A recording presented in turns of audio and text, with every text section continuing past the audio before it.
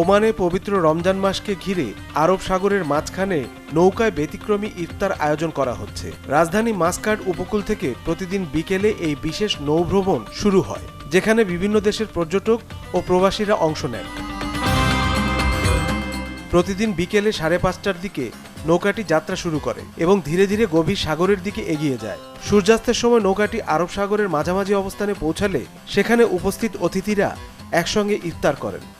We're here on the sunset cruise and enjoying it very much. There's a beautiful view of the sunset and we're excited to have our iftar as well. We've got our laban and everything, so yeah, we're enjoying it very much and it's a beautiful surroundings as well.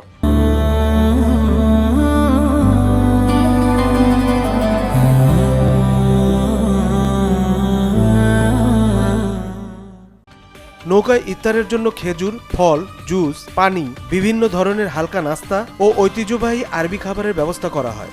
অনেক পর্যটক পরিবার ও বন্ধুদের সাথে এই ভ্রমণে অংশ নিয়ে সমুদ্রের শান্ত পরিবেশে ইফতার করার ভিন্নধর্মী অভিজ্ঞতা উপভোগ করেন। اليوم اطلع على الشاشه هذه المميزه. طبعا طلعنا على سفينه سندباد والاجواء جدا مميزه وكذلك الافطار جدا جميل وكانت رحله ممتعه استمتعنا. সূর্যাস্তের সময় সাগরের ওপর লাল আভা ছড়িয়ে পড়ার দৃশ্য, ঠান্ডা বাতাস এবং ঢেউয়ের শব্দের মধ্যে ইফতার করার মুহূর্তটি অনেকের কাছে স্মরণীয় হয়ে থাকে। রমজান উপলক্ষে এই আয়োজন স্থানীয় পর্যটন কার্যক্রমেরও একটি আকর্ষণীয় অংশ হয়ে উঠেছে। Desk report, channel 24।